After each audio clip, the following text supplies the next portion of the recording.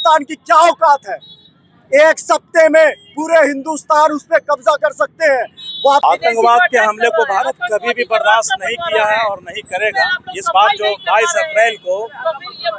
अप्रैल को जो घटना पहलगाम में आतंकवादियों ने अंजाम दिया, इसमें बहुत सारे जो सवालात हैं वो भारत सरकार के सुरक्षा एजेंसियों के ऊपर भी सवालात खड़े कर रहे हैं कि जब आतंकवादी हमारे देश में घुसे तो हमारे देश की सुरक्षा एजेंसियां, हमारे देश के सैन्य व्यवस्था जो कि केंद्र सरकार के हाथ में निहित होती है, वो वहाँ पे पर्यटकों के बीच एक भी सुरक्षा व्यवस्था का इंतजाम नहीं किया गया था। नतीजा कि आतंकवादी हमारे देश में आसानी से घुस जाते हैं और जो सैलानी है उन सैलानियों का धर्म पूछते हैं और सैलानियों को धर्म पूछने के बाद उनकी निरसंग हत्या करते हैं, उनको गोली मार करके हत्या कर देते हैं।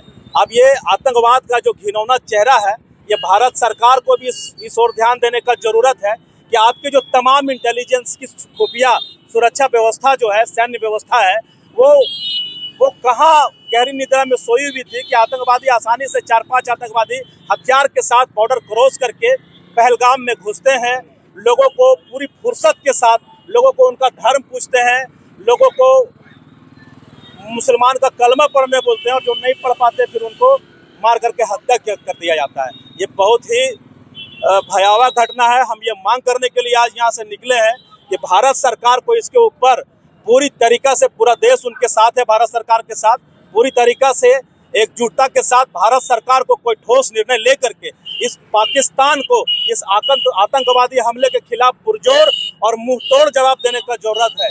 अभी पानी बंद करने का ये नाटक करने से पाकिस्तान को हम लोग करारा जवाब नहीं दे सकते हैं। तो हमारी ये मांग है कि पाकिस्तान को उसी के लहजे में भारत सरकार ये दिखाए, प्रधानमंत्री ये दिखाने का काम करे जिस तरीके से उन्होंने पुलवामा अटैक में कहा था एक के बदले 10 सर लाएंगे, इस बार भी दिखाए कि 26 के बदले 2600 सर ला करके ये भारत सरकार दिखाए।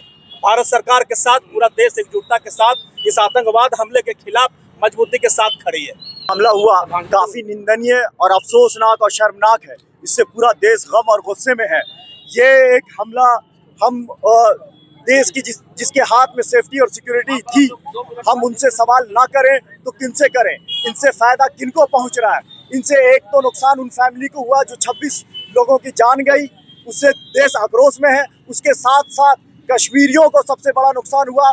फिर दूसरा नुकसान यहाँ की इंटीग्रिटी और यूनिटी पे है। यहाँ पे एक समाज को गलत निगाह से, गलत नजरिए से देखा जाने लगा। इसमें मुसलमान, इस्लाम और कुरान के टीचिंग्स पे दूसरा हमला है कि धर्म के नाम पे जब मारा जाता है तो इससे दूसरे धर्म की छवि बिगड़ती है।